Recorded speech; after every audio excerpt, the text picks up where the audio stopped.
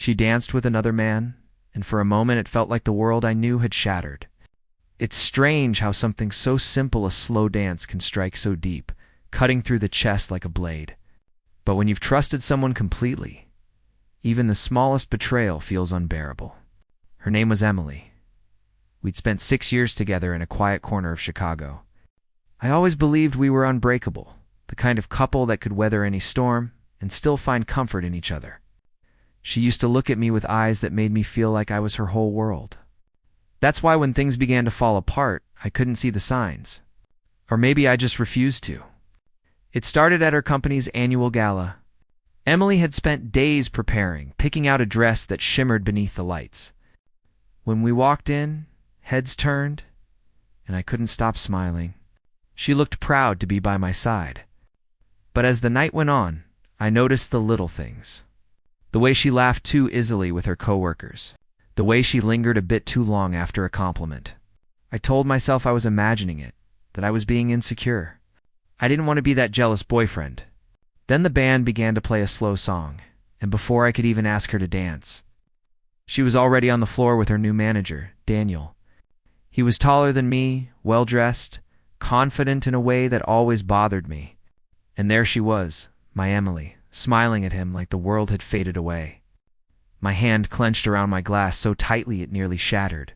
People laughed and chatted around me, unaware that something inside me had just cracked.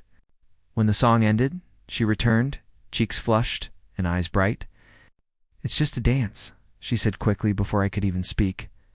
I nodded, pretending it didn't hurt, pretending I wasn't breaking inside. But that night, lying beside her, her perfume still clinging to my shirt, doubt crept in, and it never left.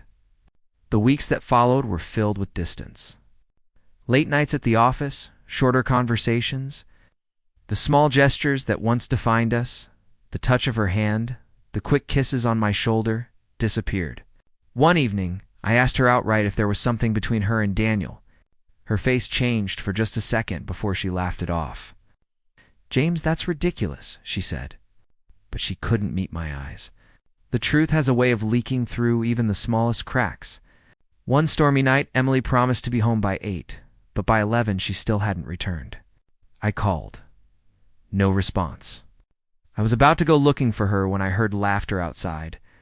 Through the rain-streaked window, I saw her under a street lamp, sharing an umbrella with Daniel. They were close, too close. She touched his arm. He leaned in and she laughed softly. I stood frozen, watching my entire world crumble in silence. When she finally came in, drenched from the rain, she looked startled to see me awake. "Tefik was terrible," she said. I wanted to scream to confront her, but all I managed was a nod. The silence that followed grew like a wall between us. Days turned into weeks. I noticed the faint scent of cologne on her scarf. Her phone always face down. The way her expression changed when a message appeared. I tried to convince myself I was wrong, that she still loved me. But love can make you blind to the truth, staring you in the face. Eventually, I couldn't ignore it anymore. At another company event, I saw the same look in her eyes, the same one she used to give me. Only now it was for him. And when we got home, I finally asked, "Do you love him?" Her eyes widened, fear flickering behind them. She denied it, but her voice lacked conviction. That was all the answer I needed. A few days later, I followed her after work. I hated myself for it, but I needed to know. I watched her walk out with Daniel, laughing, their shoulders brushing as they entered a cafe. Sitting alone in my car, I realized it wasn't just jealousy I felt. It was grief. Grief for the version of her that loved me and for the life we had built together. Then came the phone call that ended it all. A woman's voice asked, "Is this James? I'm Claire, Daniel's girlfriend. We need to talk." My stomach dropped. She told me everything. How she'd seen the messages, the calls, the late nights, the intimacy. It was all there. When Emily came home that night, I was waiting.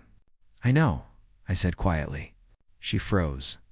Know it about Daniel for the first time, she couldn't look at me.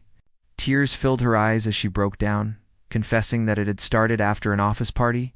She said she felt seen by him in a way she didn't with me anymore. Claimed it wasn't physical. But the pain in my chest told me it didn't matter. Betrayal doesn't have to happen in a bed. It can live in the heart. She begged for forgiveness, promised to change, deleted his number, quit the late nights. I wanted to believe her, but every time I looked at her, all I could see was the woman who had destroyed us. Then one day, Daniel came to my door. He looked broken. She ended it, he said. But you should know she kissed me more than once. That was it. The final blow. That night I told her, you didn't just ruin us. You destroyed the man who believed in you. And I left. Leaving was the hardest thing I've ever done. But in the silence that followed, I began to heal. I grieved not just for her, but for the version of myself who loved her without doubt. Weeks later, she came to my door again, eyes swollen, voice trembling. I'm sorry, she whispered. Daniel's gone. I've lost everything.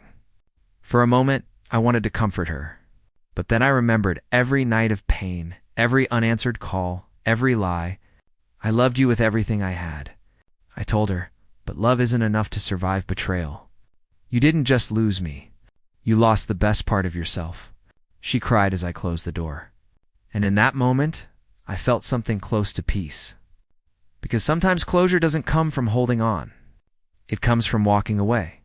She danced with another man, and I thought it was the end. And maybe it was. But in losing her, I found something far more valuable myself.